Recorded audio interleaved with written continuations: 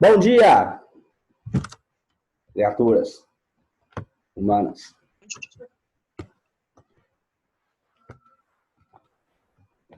Bom dia. Bom dia. Tudo bom? Todo mundo bem?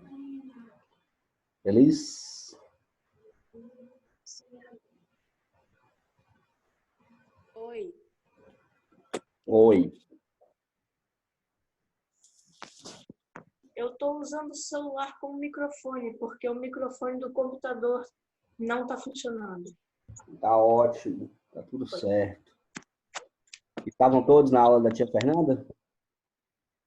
Quê? Estava todo mundo na aula da tia Fernanda? Sim, eu acho. 30 e poucas pessoas na sala. 30 e poucas, né? 32. 32? Vou esperar chegar esse número, então.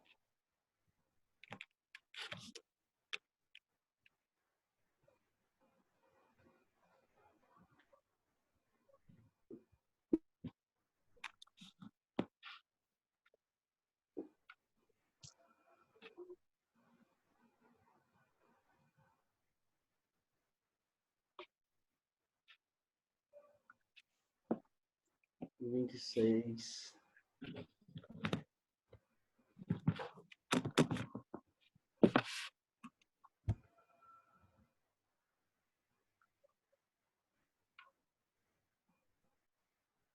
É 26. Vamos começar?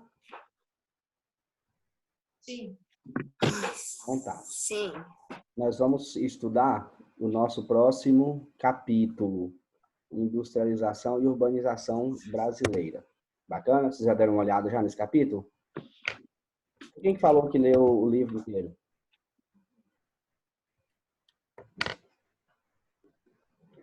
Acho que foi Zaira, né? Zaira tá aí, não?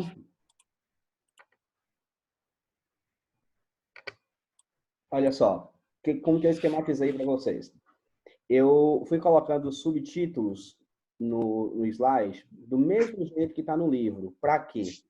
Para vocês conseguirem ler depois os slides. Eu vou mandar no Alunos Book o slide para vocês terem esse material. Vocês vão ler os slides e vão lendo no livro. Aí vocês ou anotem no caderno ou vocês vão marcando no livro. Eu fiz mais ou menos nos slides aquilo que eu faria na sala de aula no quadro, por tópicos. Bacana?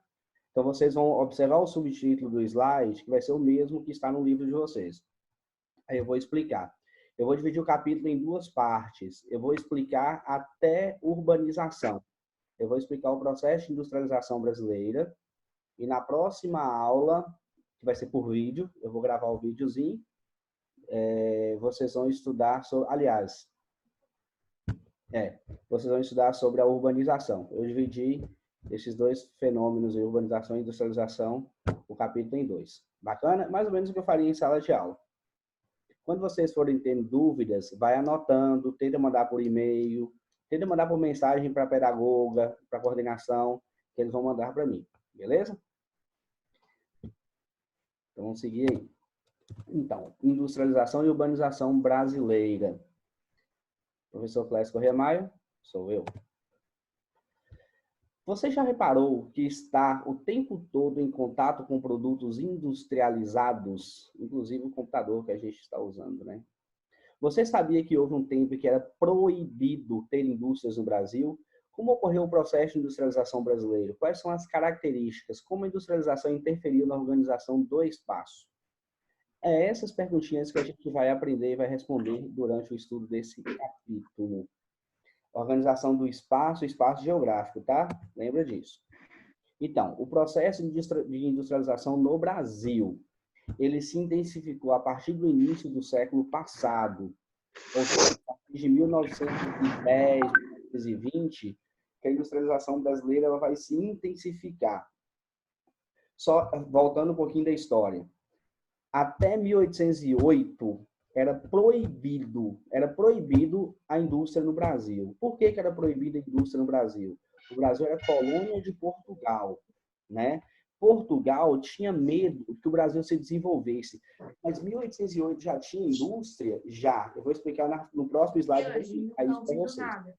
Portugal tinha medo que o Brasil se desenvolvesse e proibiu. Tio, eu não tô te entendendo. Por quê? O microfone tá muito ruim. O seu. Está todo mundo com esse problema? Sim. Sim. Nossa, que horrível. Sim. Fala, Clécio. Deixa eu colocar Se o você fone. clicar 2 vezes em sala 4, vai aparecer que o negócio da internet está baixo. Quer dizer, tá uma merda. Houve mudança?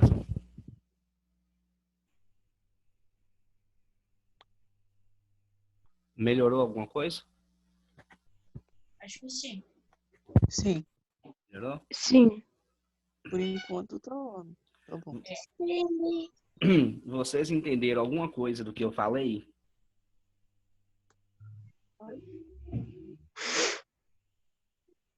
Sobre a matéria? Vocês entenderam alguma coisa?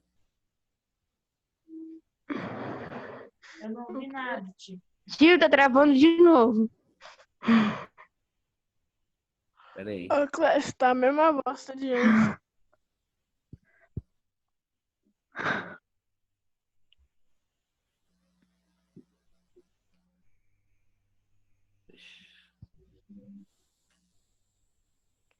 Pô, Clécio, que saudade de ver seu rostinho lindo. Tá bom. Melhorou alguma coisa? Tá Oi? aqui. Oi? Quem tá com o microfone ligado, gente? Pelo amor de Deus. Gente, melhorou alguma coisa? Alô? Melhorou alguma coisa? Não tô entendendo nada. Mais ou menos. Clécio, tá travando muito. Tá travando muito. Entendendo mesmo. Travando, Cleiton. Aí, Clécio, Cara, tive dá uma pra ideia não pra estourar o você. ouvido de todo mundo? Oi? Vai, Ô, Clécio, Oi. agora o vídeo parou também. uma grande ideia pra gente, ó. Que tal a gente só ficar conversando a aula toda, aí não vai ter problema nenhum. Ô, Arthur, Fala. peraí. Preciso resolver Você isso. sabe que eu te amo, né, Clécio?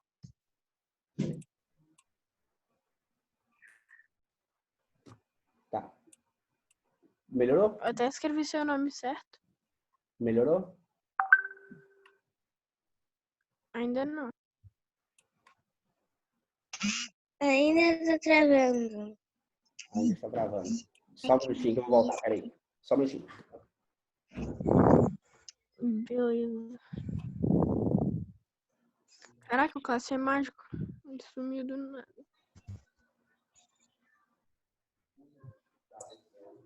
É que você fala de preguiça. É o que, Daniel? Né? Se você tá vivo. Não entendi nada que ele falou. Deixa eu tentar mudar minha conexão aqui. Ver se vai melhorar.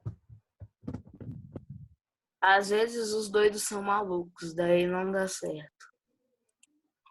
O que é, Esther? Às vezes tem pessoas que são doidas e malucas. Eu realmente ouvi que às vezes Poético. os doidos são malucos.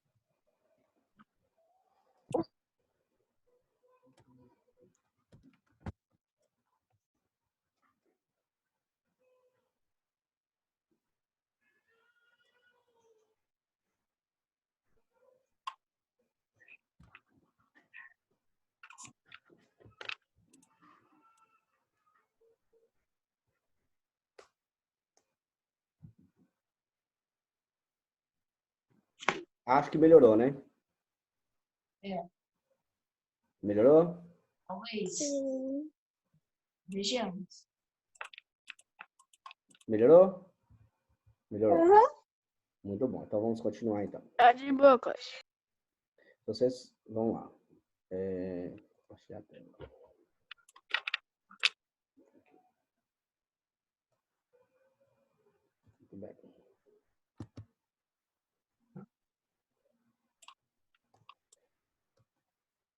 Então, vou voltar do início, tá? O quê? Vou voltar do início. Isso aí. Nossa senhora. Urbanização e industrialização brasileira. Então, o processo de industrialização é quando a gente tem a mudança no perfil da economia, de uma economia agrária para uma economia industrial. Então, tem algumas indagações aqui. A gente está o tempo todo, o tempo inteiro, em contato com produtos industrializados. O Brasil já teve um período em que a indústria era proibida. Era proibido indústrias no Brasil. Então, a gente vai tentar estudar no capítulo como que ocorreu o processo de desenvolvimento industrial no Brasil, quais são as características dessa indústria e como essa industrialização vai interferir na organização do espaço. Então, primeiro, eu segui o tópico do livro, igual eu estava explicando. A industrialização brasileira vai começar a iniciar com maior vigor a partir do início do século passado, no ano de 1920. Por conta dessa data, né, desse início, ela é considerada recente se a gente comparar com os outros países. Bacana? Desliga os microfones, galera, que eu tenho que voltar lá na página inicial para desligar o microfone de todo mundo. Então, vocês desligam aí. Antes da industrialização, o Brasil produzia produtos provenientes da agricultura, pesca e extrativismo. Ou seja, o Brasil era um país que produzia produtos apenas no setor primário da economia. Mas por que o Brasil por que era proibido indústrias no Brasil? Então, a gente vai entender um pouquinho o que é a Revolução Industrial, o que é esse processo de industrialização a nível mundial e como que isso vai acontecer no Brasil lá no início. Então, na página 67 do livro de vocês, tem um tópicozinho escrito para ir além e vai explicar um pouquinho o que é a Revolução Industrial. Então, a Revolução Industrial foi quando o modo de produção no mundo mudou a partir da inserção de máquinas no processo produtivo. Isso foi iniciado lá em meados do século XVIII, primeiro na Inglaterra e depois em outros países, como os Estados Unidos, o resto da Europa, Japão. A Revolução Industrial ela tem 3 fases bem marcantes. A primeira fase, que é o início na Inglaterra, depois a segunda fase, que é quando você tem Estados Unidos, o resto da Europa e Japão inserido no processo de industrialização, e a terceira fase que acontece agora, no final do século XX com o início do século XXI, que a gente vai ver no final da aula. Então, no período que aconteceu a Revolução Industrial nos Estados Unidos, na Inglaterra, no Brasil era proibido ter indústrias. Por que era proibido ter indústrias? Porque o Brasil era colônia de Portugal. Né? Até 1822, o Brasil era colônia de Portugal. Portugal tinha medo que o Brasil se desenvolvesse. Aconteceu isso com os Estados Unidos. Em 1776, os Estados Unidos ele já é um país desenvolvido, já existia um processo de manufaturas, de desenvolvimento econômico, principalmente nas colônias do norte dos Estados Unidos, e ela se torna independente da Inglaterra. Então, Portugal tinha esse mesmo medo, tinha medo que acontecesse isso com o Brasil e eles perdessem a colônia mais rica deles, que era o Brasil. Então, Portugal impedia, proibia que fossem instaladas indústrias no Brasil. Quando o rei veio para o Brasil em 1808, você tem o surgimento das primeiras indústrias no Brasil, que é quando o rei acha que já pode liberar essas atividades econômicas no Brasil. Então, tem os primeiros inícios, o primeiro embrião de indústria no Brasil, mas, obviamente, indústrias muito rudimentares, fabricavam produtos muito rudimentares. Então, o Brasil, até 1822, era proibida a indústria por ser colônia de Portugal. Muito bem.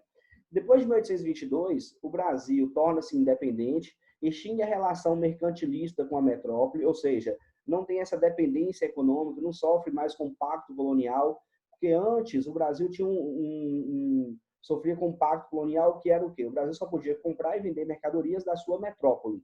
Né? O Brasil não podia vender mercadorias para outros países, não podia comprar mercadoria de outros países. Então, o Brasil vendia produtos manufaturados, produtos, matérias-primas, produtos agrícolas, pedras preciosas para Portugal e comprava seus produtos manufaturados. Era proibido ter indústria, então tudo que precisava no Brasil tinha que vir de Portugal. Quando fala de indústria em 1822, vamos pensar em roupas, sapatos, acessórios, produtos, principalmente bens de consumo, naquilo que a gente consome, roupas, sapatos, cintos, essas coisinhas aí. Então, a partir da independência do Brasil, dessa quebra de relação de dependência com Portugal, começa a ser implantado no Brasil um processo começa até as ideias de montar indústrias no Brasil. Só que, de maneira efetiva, o processo de industrialização só vai acontecer no início do século XX, né? E a gente vai entender por que só vai acontecer no início do século XX. Antes do século XX, já tinha algumas indústrias, alguns embriões industriais no Brasil, só que nada que mudasse o perfil econômico nosso, o perfil econômico agrário, o nosso perfil de vender matéria-primas e produtos agrícolas. Então, a gente vai ter nos acontecimentos globais alguns fatos que vai proporcionar o desenvolvimento industrial do Brasil, né? Então, no início do século XX, o Brasil ainda importava quase tudo que a gente precisava, né? Até o século XX, o Brasil importava a maioria dos produtos industrializados. Então, tudo que o Brasil precisava, que era industrializado, vinha de fora. A gente não tem nada, a gente não tem grandes indústrias que abastecem o nosso mercado consumidor. Tem século XX, início do século XX, 1901. Então, a gente já tem um mercado consumidor, nós já temos 78 anos de independência, nós já temos um perfil de país, de Estado instalado. Mas tudo que a gente precisa ainda vem de outros países, vem de fora. Antes só de Portugal, depois do fim da relação de colônia e de outros países também. Então, a Primeira Guerra Mundial, ela vai acontecer em 1914 e 1918. O que é guerra mundial? O que a guerra mundial que aconteceu principalmente na Europa tem a ver com a nossa industrialização? O fato é que os países que forneciam produtos industrializados para o Brasil, eles passaram a priorizar a produção de armas, né? Produção de armas e artigos para a guerra. Então, os produtos que vinham da Europa para o Brasil pararam de vir, né? As empresas ali estavam fabricando armas, estavam servindo à guerra. E as que não estavam fazendo isso, muitas delas foram destruídas em função da guerra. Então, o Brasil começa a ter uma demanda por produtos que não está sendo sanado, não está sendo abastecido. O Brasil deixa de estar sendo abastecido por produtos de fora, e isso motiva alguns empresários aqui, pessoas muito ricas, a implantar as primeiras indústrias para atender o mercado interno. Então, a Primeira Guerra Mundial é um fato que vai fazer com que a nossa indústria comece a se desenvolver. Bacana. Então, a gente tem, durante a história, a Primeira Guerra Mundial, que acontece em 1914 e 1918. Depois, a gente tem a quebra da Bolsa dos Estados Unidos, que aconteceu em 1929. O que é essa quebra da Bolsa dos Estados Unidos? Durante a guerra, os Estados Unidos vendiam muita arma para a Europa. Depois da guerra, os Estados Unidos vendiam muito produto para a Europa. Por quê? Porque a Europa estava destruída, né? Então, os Estados Unidos começam a ter um processo de enriquecimento e de industrialização muito intensificado após a Primeira Guerra Mundial para atender a demanda dos países europeus. Os países europeus eram países desenvolvidos, que se envolveram na guerra, foram destruídos, mas eram desenvolvidos. Então, durante o final da guerra, 1919, até 1928, 1929, a Europa estava se recuperando, né, da guerra, né, da destruição da guerra. Então, a Europa comprava muito produto dos Estados Unidos. Nesse período, houve um enriquecimento da população americana muito grande, só que esse enriquecimento era muito baseada na venda de produtos para os países europeus. A partir do momento que os países europeus começam a se recuperar, as indústrias europeias começam a se recuperar, começam a ser reconstruídas e serem restabelecidas, a indústria americana começa a entrar em decadência. E em 1929, acontece uma falência nos Estados Unidos. Por que acontece essa falência? Porque as empresas que vendiam produtos para a Europa param de vender produtos para a Europa. Galera, vamos prestar atenção e parar de riscar minha tela, por gentileza. Obrigado. Para de vender esses produtos para a Europa. Bacana. Quando eles param de vender os produtos para a Europa, eles vão falir. O que isso tem a ver com o Brasil? Tem a ver com o Brasil, que a principal atividade econômica do Brasil nessa época era a venda de café. A principal venda de produtos do Brasil era para os Estados Unidos. O principal produto que o Brasil fornecia era o café. Então, quando os Estados Unidos quebra, os grandes produtores de café no Brasil, eles vão praticamente falir. Por quê? Porque eles não conseguem vender os seus produtos para os Estados Unidos. E isso motiva eles a... Isso aí, isso aí tá enturmante. Deixa eu fazer. Deixa eu fazer aqui. Deixa eu fazer. Motivam eles a diversificar a sua economia, né? As suas atividades econômicas. Tá. Eu estou me desconcentrando. Estou na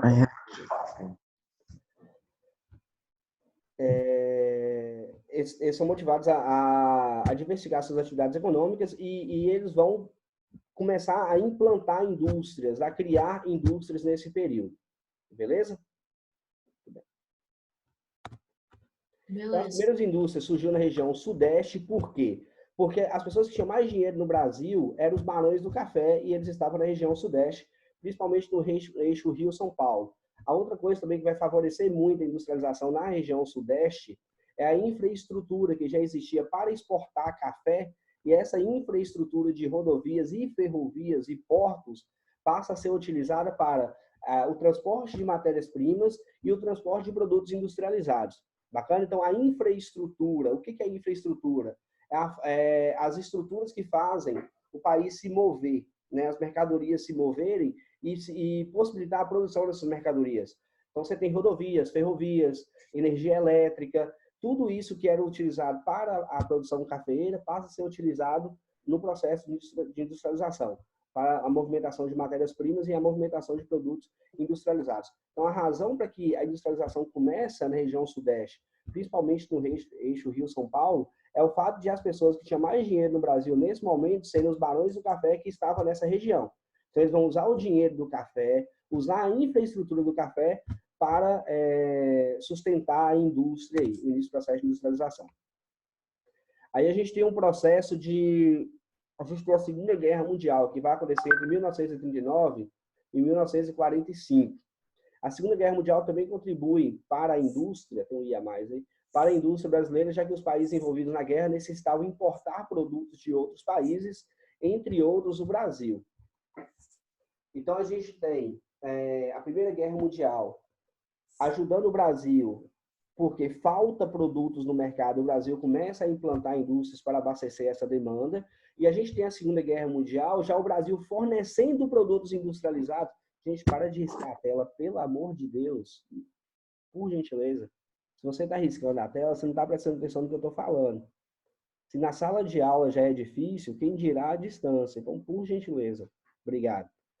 Então, na Segunda Guerra Mundial, o Brasil já tinha uma industrialização que conseguia fornecer produtos para outros países. Bacana? Quando vai falar em guerra mundial, vocês têm que visualizar como a destruição total de um lugar. Então, os países que se envolveram na guerra, eles eram muito dependentes de produtos de outros países, porque eles não conseguiam produzir, né? Então, vamos lá. Aí a gente tem, na ordem do livro de vocês, 2 grandes impulsos para o processo de industrialização brasileira, né? Esses 2 grandes impulsos, o primeiro vai acontecer entre a Primeira e a Segunda Guerra Mundial, e isso vai explicar por que o Brasil, na Segunda Guerra Mundial, já vai fornecer produtos industrializados para outros países, e depois a gente vai ter o segundo impulso que vai acontecer pós-Segunda Guerra Mundial, né? Em um contexto de mundo mais globalizado, tá? A gente vai ver isso aí. Então, até 1930, o Brasil produzia produtos com pouco desenvolvimento tecnológico, entre eles tecidos, alimentos e tecidos domésticos, né? Então, até 1930, nós tínhamos iniciado o nosso processo de industrialização, só que os produtos que a gente fabricava aqui eram produtos com pouco desenvolvimento. A gente não fabricava navios, a gente não fabricava aviões, carro, não. A gente fabricava produtos que necessitavam de pouco conhecimento tecnológico, pouco desenvolvimento tecnológico. O Brasil dependia muito de produtos industrializados, principalmente para atender às demandas da própria indústria que a gente tinha aqui. Os maquinários que a gente usava eram importados, os automóveis eram importados, as matérias-primas eram importadas, né? A gente não conseguia produzir matérias-primas para a indústria de base. Por exemplo, o aço que a gente usava no Brasil, ele era importado, a gente não tinha tecnologia para transformar o minério em aço para servir como base para outros produtos. Então, até 1930, a gente dependia muito dos produtos industrializados de outros países, até para abastecer as nossas próprias indústrias. Então, o primeiro impulso que a gente teve foi no período chamado de Primeira Era Vargas, que foi quando um presidente chamado Getúlio Vargas, ele vai ser presidente do Brasil e vai estimular o desenvolvimento da nossa indústria interna aqui, né? Então, a primeira coisa que ele vai criar é um incentivo à substituição de importação. O objetivo disso aí é fazer com que nós conseguimos produzir todos os produtos que a gente importava. Então, ao invés de a gente importar os produtos, nós vamos fabricá-los aqui. Por isso, o nome substituição de importação. O problema disso aí é que a gente não está inovando um processo de industrialização. A gente está apenas substituindo aquilo que a gente importava. A gente não está criando produtos novos. A gente está procurando fabricar os produtos que já existiam e a gente quer apenas deixar de importar e fabricar dentro do mercado e fabricar esses produtos dentro do mercado interno. Você vai ter um investimento na indústria de base. Por exemplo, a CSN, Companhia Siderúrgica Nacional, vai surgir nesse período. O que a CSN faz? Ela vai transformar os minérios em aço. O que é uma indústria de base? Está no livrinho de vocês bem destacados lá. A indústria de base é a indústria que vai produzir produtos que vai servir de matéria-prima para outros produtos.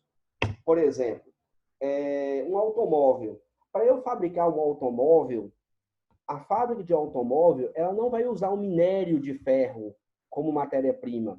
Ela vai usar o aço, que é o minério de ferro já transformado em aço para fabricar esse automóvel, né? Então, no caso do Brasil, por exemplo, se eu tivesse uma indústria que eu precisasse de aço, eu não tinha uma indústria de base, uma indústria que pegava o minério e transformava em aço para eu usar. Eu tinha que importar o aço. Então, o Brasil, antes disso, ele exportava matérias-primas e importava produtos de base para a nossa indústria. Então, um dos investimentos que a Era Vargas fez é justamente esse investimento na indústria de base. Ele vai criar a Companhia Siderúrgica Nacional, que é o marco, ele vai construir hidrelétricas, que também é caracterizado por ser uma indústria de base, que vai fornecer energia para outras indústrias. Ele vai criar medidas para proteger a indústria nacional. O que é medidas para proteger a indústria nacional? Ele vai mexer na tarifação de produtos. Ele vai fazer com que produtos importados fiquem mais caros que os produtos nacionais, para que as pessoas comprem produtos nacionais e motive o desenvolvimento dessa indústria aqui. Isso. Depois você vai ter investimentos em infraestrutura, construção de rodovias, melhorias em ferrovias e construção de hidrelétricas, né? A infraestrutura é aquilo que eu expliquei lá atrás, né? Aquilo que faz as mercadorias circularem, que proporciona as mercadorias circularem. Então, o Vargas ele vai fazer um investimento muito grande nessa infraestrutura. Por quê? Porque as indústrias elas só vão conseguir funcionar se ela tiver uma logística eficiente, uma logística que faz com que o produto seja produzido com um custo mais baixo. Se eu tiver um produto produzido em uma região que eu não consigo transportar, que eu não tenho infraestrutura para transportar, essa indústria não vai se desenvolver. Por exemplo, se eu coloco uma indústria fora da região do polo, né, industrial de Manaus, se eu coloco uma indústria no meio da floresta amazônica, né, como que eu vou levar mercadoria, matérias-primas para essa indústria transformar? Como que eu vou tirar os produtos que essa indústria produziu e mandar para o mercado consumidor? Então, eu preciso de uma infraestrutura, eu preciso de matérias-primas chegando nessa indústria, eu preciso de matérias-primas saindo dessa indústria, entendeu? Então, o governo vai fazer investimentos na infraestrutura para incentivar o desenvolvimento da indústria. Por fim, ele vai regulamentar, né, por fim no slide, porque as ações elas são contínuas. Ele vai regulamentar as relações entre empregados e empregadores. Nesse período que a gente vai ter a criação das principais leis trabalhistas que existem no Brasil até hoje, por sinal, o FGTS, algumas leis trabalhistas que foram criadas com o objetivo de regulamentar a relação entre empregado e empregador, entre patrão e funcionário. Para quê? Para evitar greves, evitar motins, evitar problemas no funcionamento da indústria. Então, vai criar uma regulamentação, vai criar leis bem claras sobre as relações entre funcionário e empregado aí. Bacana? Aí, como resultado dessas medidas, nós vamos ter um grande desenvolvimento da indústria brasileira, porém restrita ao Rio de Janeiro e São Paulo. A gente vai começar a ter uma segregação do espaço aí, galera. As motivações vocês já aprenderam, vocês já entenderam por que a indústria vai nascer no Rio de Janeiro e em São Paulo, em função dos barões de café. E ela vai ampliar, ela vai aumentar, vai crescer, também nesse eixo. O que vai provocar na gente aqui uma segregação do espaço. Você vai começar a ter regiões no Brasil com níveis de desenvolvimento desiguais, em função desse desenvolvimento da industrialização aí, né? Então, esse foi o primeiro impulso que a gente teve na industrialização, foi entre 1930 e 1945. Né? Lembra que 1945 é o final da Segunda Guerra Mundial. Então, o outro impulso que a gente teve para a industrialização, o outro alavancar para o nosso processo de industrialização, foi o período em que o presidente do Brasil é Juscelino Kubitschek, e ele vai criar uma série de medidas que vai atrair empresas multinacionais para o Brasil. O que são empresas multinacionais? São empresas que são sediadas em um país e vai ter unidades em vários outros países, né? E essas empresas, elas eram atraídas para determinados países. Por quê? Porque elas tinham que sentir segurança no governo. A gente estava vivendo um período meio conturbado, um período meio de guerra, um período de guerra fria, em que havia uma insegurança política muito grande no mundo inteiro. Então, era importante países como o Brasil, que na época era chamado de países de terceiro mundo, era importante que os governos incentivassem, motivassem a instalação dessas empresas. Essas empresas não iam também para ajudar o país, porque eu sou tão bonzinho, eu quero ajudar o meu país. A empresa ia porque achava que era interessante, achava que ia ganhar muito dinheiro, explorando tanto matérias-primas, quanto mão de obra barata, quanto mercado consumidor. Então, isso que motivava elas a irem para esses países. Elas iam por interesse econômico. E elas eram atraídas pelos governos com o objetivo de atrair o desenvolvimento para os países que até então tinham pouco desenvolvimento, que era o caso do Brasil. Então, o que o governo, o que o Juscelino Kubitschek vai fazer para atrair essas empresas? Vai reduzir ou isentar essas empresas de impostos por determinados períodos. Né? Impostos são aquilo que as empresas vão pagar para o governo de acordo com o que elas vão vendendo, vai faturando. Você sabe o que são impostos. Então, o governo vai diminuir ou vai reduzir esses impostos, vai diminuir ou vai isentar essas empresas de impostos por um determinado período. Vai doar terrenos, vai garantir o fornecimento de energia elétrica e matérias-primas. A diminuição e isenção de impostos e doação de terrenos é uma coisa que até hoje as regiões no mundo inteiro ainda fazem. Dentro do próprio Brasil, você vai ter regiões que vão atrair empresas para suas cidades tendo esse tipo de medidas políticas, né? Doação de terreno, redução de impostos. A garantia do fornecimento de energia elétrica e matérias-primas era uma coisa necessária nesse período, porque o Brasil era um país de terceiro mundo, era um país capitalista subdesenvolvido. Então, ela precisava dar segurança para uma empresa de que não ia faltar energia. Isso parece uma coisa banal hoje, como é que vai faltar energia? Mas nesse período era uma coisa muito séria. Imagina a gente vai ver aqui que empresa igual a Volkswagen. Imagina uma empresa do tamanho da Volkswagen, que fabrica carros. Imagina a quantidade de energia que uma empresa dessa consome. Né? Então, você teve a construção de hidrelétricas só para garantir o fornecimento de energia para algumas empresas. Você vai ter grandes investimentos em infraestrutura em função de algumas empresas gigantes que vieram para o Brasil nesse período. Então, essas medidas do Juscelino aqui, elas vão possibilitar a instalação de indústrias automotivas como a Volkswagen, a Mercedes-Benz, a Ford e a GM. Todas essas indústrias foram instaladas no eixo Rio-São Paulo. Vale lembrar que esse tipo de indústria são indústrias caracterizadas por desenvolver uma grande cadeia produtiva. Né?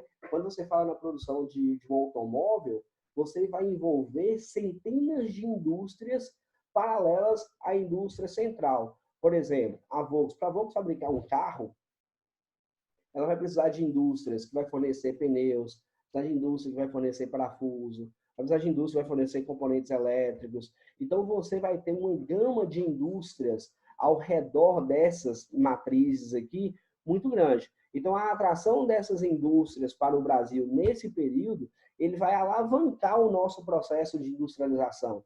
Por quê? Porque ela vai fazer com que a nossa diversificação industrial ela se amplie muito.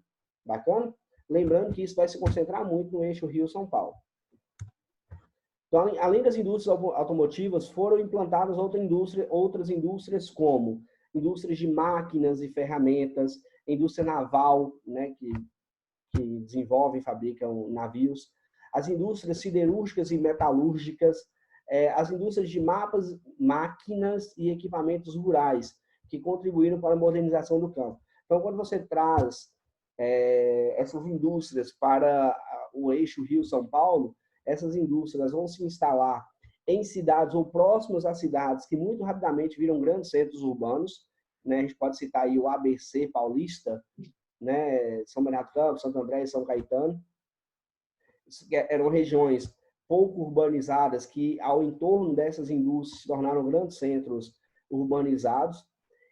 Você vai ter a diminuição de pessoas, a atração de pessoas do campo para as cidades, você vai ter a necessidade de ampliação da produção no campo, que vocês estudaram na aula passada, então você vai ter a necessidade de mecanizar o espaço rural. Então, empresas que fabricavam máquinas e equipamentos rurais foram atraídas para o Brasil, porque você tinha um mercado consumidor em perspectiva de crescimento, em muita perspectiva de crescimento, né? Então, apesar de ainda haver grande concentração industrial no eixo Rio-São Paulo, outras regiões do Brasil se integravam, a gente está falando desse período aí, ao polo industrial como compradores de produtos industrializados e fornecedores de matérias-primas. Então, a gente começa a ter, a partir da década de 60, 70, ainda uma concentração industrial muito grande no eixo Rio-São Paulo, só que, por causa do desenvolvimento de meios de transporte, meios de comunicação que começa a se desenvolver nesse período, você começa a ter a integração de outras regiões do Brasil a esse eixo Rio-São Paulo. Como que essas regiões vão se integrar? Você tem pessoas se deslocando pelo espaço, pessoas saindo de lá e vindo, pessoas saindo do Nordeste e vindo para São Paulo, principalmente. Você tem matérias-primas saindo de várias regiões do Brasil e indo para o eixo Rio-São Paulo para abastecer essas indústrias. Vai resolver, vai fazer um processo de integração, vai resolver o isolamento regional do Brasil, né, interregional do Brasil, só que não vai resolver um problema, que é o problema da desigualdade. Por quê? Porque as matérias-primas, vocês sempre estudam isso, elas são muito mais baratas do que o produto industrializado. Então, as outras regiões do Brasil que são fornecedoras de matérias-primas, elas vão continuar empobrecidas, porque elas vão vender um produto mais barato para a região sudeste e vai comprar produtos mais caros, né? Então, você começa a ter uma ampliação dos processos de desigualdades no interior do Brasil, né? Até que a gente até que haja um processo de descentralização industrial, por exemplo, as únicas cidades modernas que se tinha no Brasil era São Paulo, Rio de Janeiro e algumas cidades do sul do Brasil, né? Que não vai inchar, não vai crescer tanto quanto São Paulo, mas vai, a partir da década de 60, 70, vai começar a se desenvolver. Então, o processo de industrialização concentrado na região sudeste, depois na região sul, vai fazer com que essas duas regiões se desenvolvam mais do que as outras regiões do Brasil. Beleza. Aí a gente tem um tópicozinho na página 71, que o tópico chama endividamento brasileiro. O que é endividamento brasileiro? O que é isso? Está falando das dívidas externas. O que são dívidas externas? São dinheiro que os países pegam emprestados de outros países ou de organismos internacionais, como bancos de desenvolvimento internacional, como Fundo Monetário Internacional. O que isso tem a ver com a nossa indústria? Tem a ver que os maiores endividamentos brasileiros, as maiores dívidas que o governo brasileiro vai contrair, é justamente nos períodos em que ele vai criar incentivos para o desenvolvimento da indústria. Porque lá atrás eu citei que o Brasil vai construir rodovias, ferrovias, hidrelétricas. Só que o Brasil é um país sem dinheiro. É um Brasil que ele nasce a partir de uma independência de Portugal, sem infraestrutura, sem dinheiro. A gente lembra que Portugal levou nossas riquezas quase todas. Portugal é responsável por extrair muito dinheiro do Brasil e levar para a coroa portuguesa. Então, o Brasil nasce como um país empobrecido. Para o Brasil conseguir fazer os investimentos em infraestrutura, é necessário que ele pegue dinheiro emprestado de outros países e organismos internacionais como o FMI. Beleza? Então, o endividamento brasileiro ele está muito associado ao processo de industrialização, ao processo de desenvolvimento das nossas infraestruturas para viabilizar as nossas indústrias. Então, a gente tem aqui um gráficozinho. A gente tem um gráfico aqui que vai mostrar sobre a distribuição da população economicamente ativa por setor de produção. A gente está falando de desigualdade, isso. Setor de produção. O que vocês vão perceber aqui? Vocês estudaram desde o capítulo passado sobre os setores da economia. Setor primário, secundário e terciário. O primário é os setores ligados a atividades rurais, os secundários são as indústrias e o terciário são os serviços. Aí vocês vão perceber aqui o seguinte, ó, o setor primário, ele ocupava muitas pessoas e essas pessoas vai diminuir ao longo do tempo, por vários fatores, pelo deslocamento das pessoas do campo, e as pessoas saem do campo e vão para as cidades, então o setor primário deixa de ter essa mão de obra disponibilizada. Aí você tem a questão da modernização do campo, onde a mão de obra é substituída. Bom, aí você tem o setor secundário, a partir de 1940. O que a gente percebe? Apesar da indústria ser muito dinâmica e ser muito crescente no Brasil, a partir de 1940 até 2001, que a gente tem um gráfico aqui, ela vai ocupar só 22,9% da população economicamente ativa dentro da indústria. Aí alguém vai falar assim, nossa, mas por que poucas pessoas trabalham na indústria? Porque a partir do momento que a indústria começar a se desenvolver, vai começar a ter uma substituição de mão de obra. Da mesma forma que a modernização agrícola, ela vai fazer com que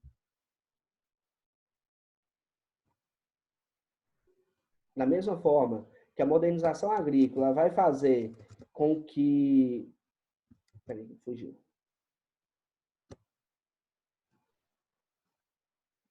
Ups.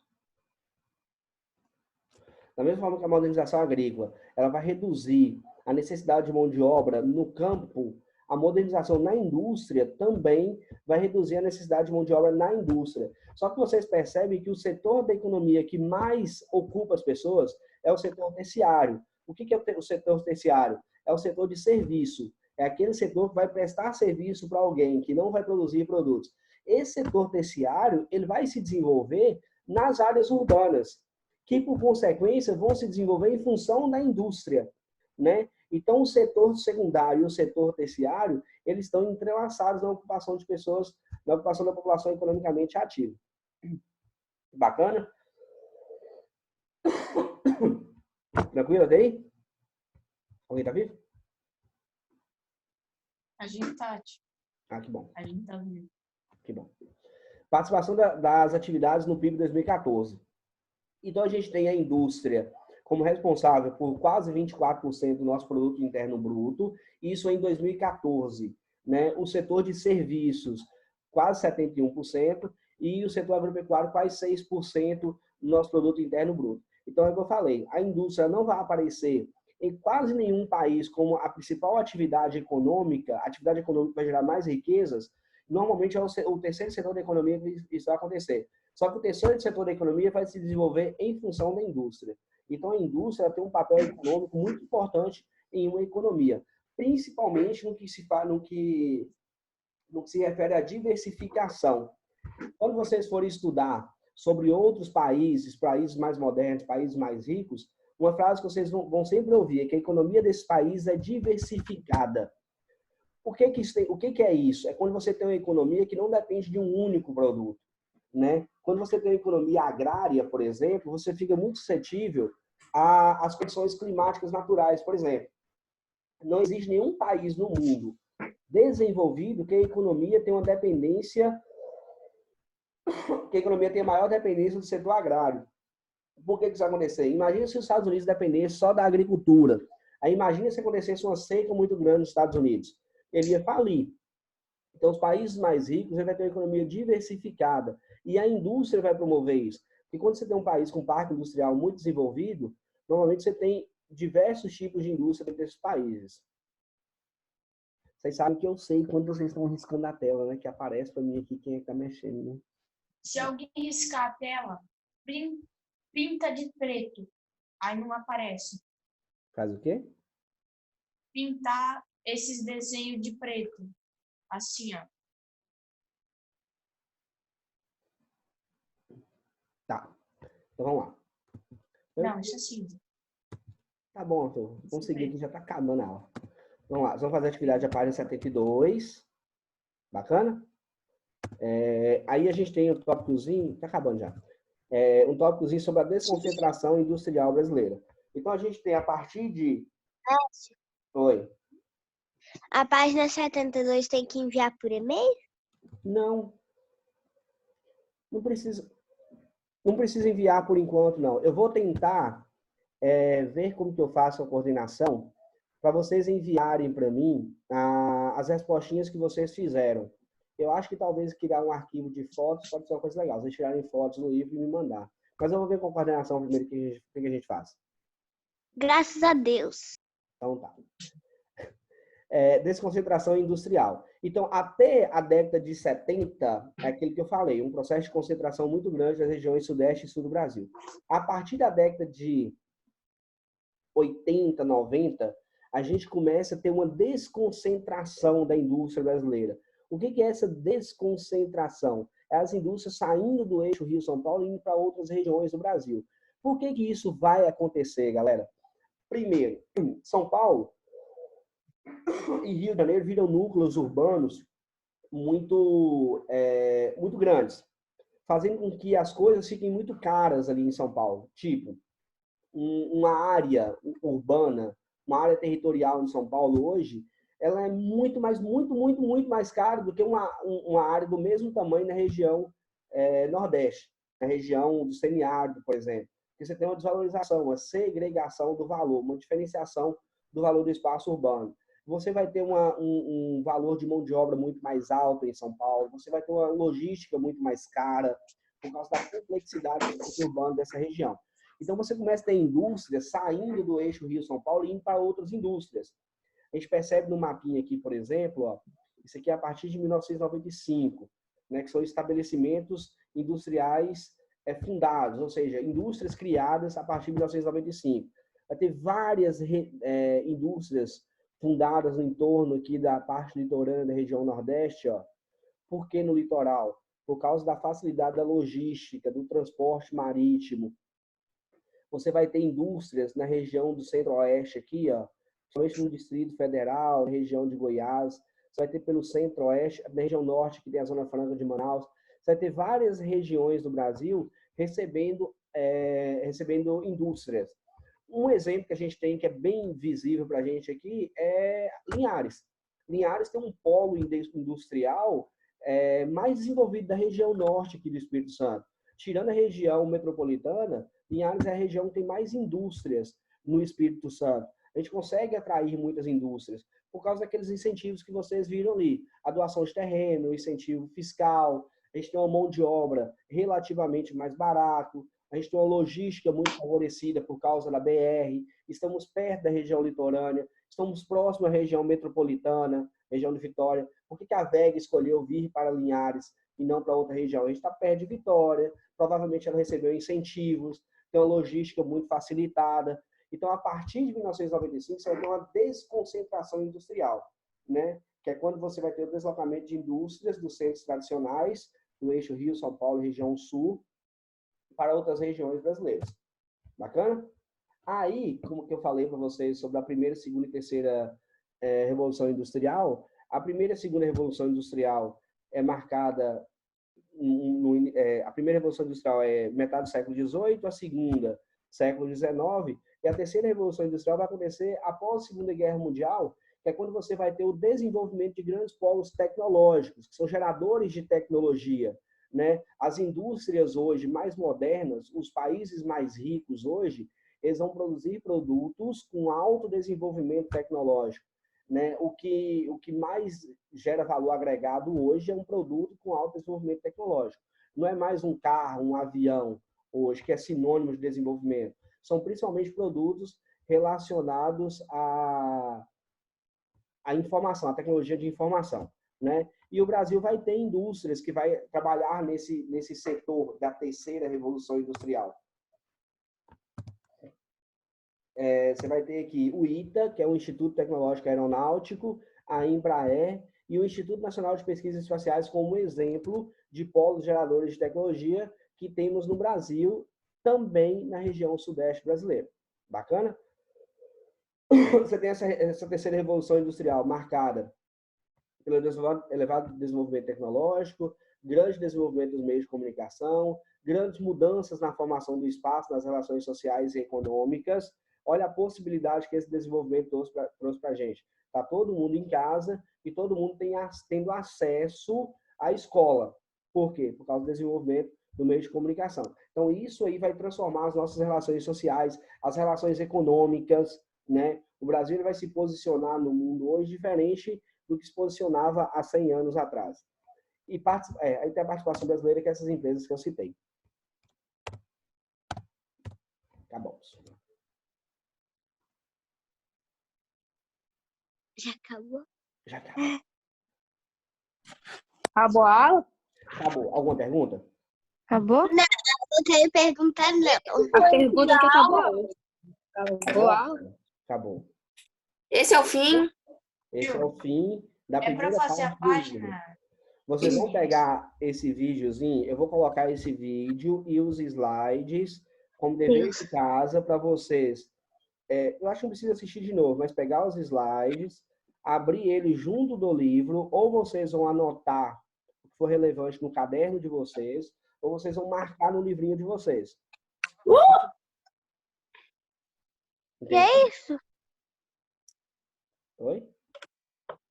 Nada, não. Entenderam? Tio, posso fazer uma pergunta aleatória?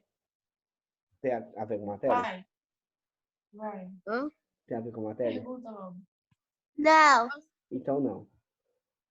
Eu não Beijo, entendi beijo para vocês. Fiquem com Deus. Até a próxima aula. Tchau.